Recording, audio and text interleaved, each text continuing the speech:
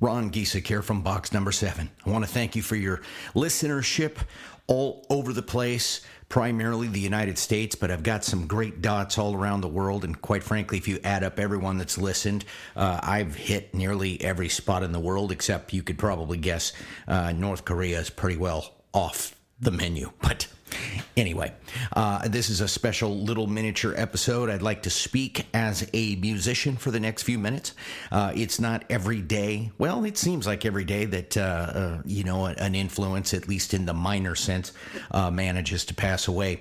But yesterday was a big one. It was Brian Wilson of the Beach Boys. And if the times weren't so tumultuous, there would probably be a lot more coverage of his influence in the world, especially if you were to look around at the musical giants that are still alive that acknowledge his influence and his hand in their life. Anyway, I just wanted to say thanks for listening. Make sure you give me a review. Please tell your friends about the show. And I don't have any cool transition music, so I'm just going to do this.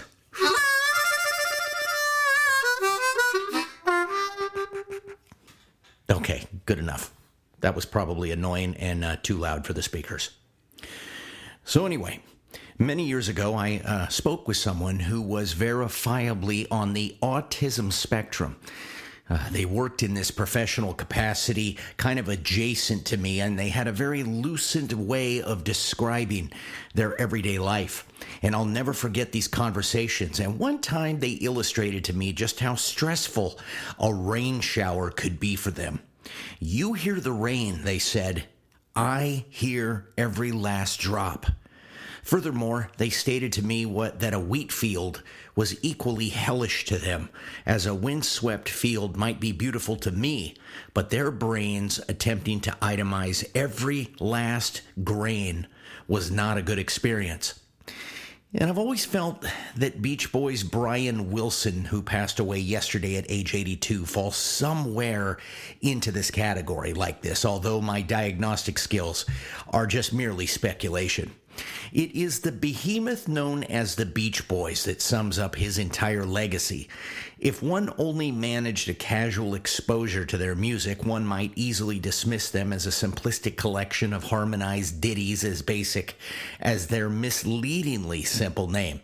And granted, songs like Surfin' USA are simple structurally, as it's just reminiscent of a 1-4-5 blues tune, but not entirely true, because it has a lot of complexity at the end of the chorus that sort of breaks those rules.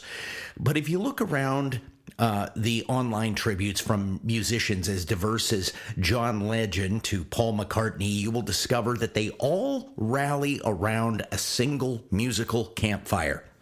The Pet Sounds record of 1966.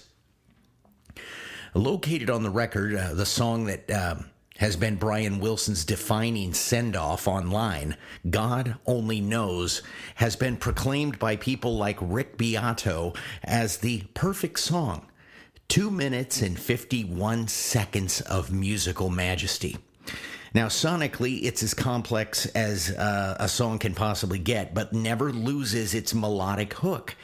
Yet the layering, counterparts, and theoretical complexities are immense. Some say it couldn't have even been written by a mortal.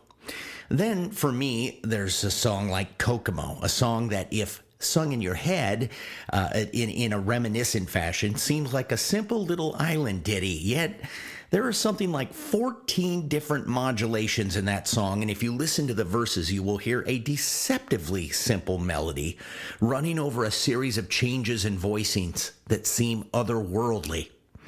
Was it talent or schizophrenia? And I don't ask that question disrespectfully or meant to invoke any sort of derisive laughter from anyone. Wilson very openly discussed the voices in his head in a biography, and multiple voices, as a matter of fact. Some he didn't know, and others, he said, were those of such as his father. They mainly conflicted and argued and provided counterintelligent demands. Again, I don't try to diagnose the root of these things. I'm just talking about the framework with which Brian Wilson was working for most of his entire life. Somewhere along the line, Brian stated that the way he could deal with the voices was through having those voices harmonize. And perhaps this is the root of the Beach Boys' standalone harmonic style, carried with the voices of Wilson, Mike Love, and Al Jardine, but originating in the mind of Brian Wilson. One thing is for sure, none like Brian Wilson will most likely ever pass this way again, and while his musical acumen will be missed, I doubt he would wish the panic attacks, stage fright, mental illness, and caterwauling voices as a viable workflow on any heir apparent.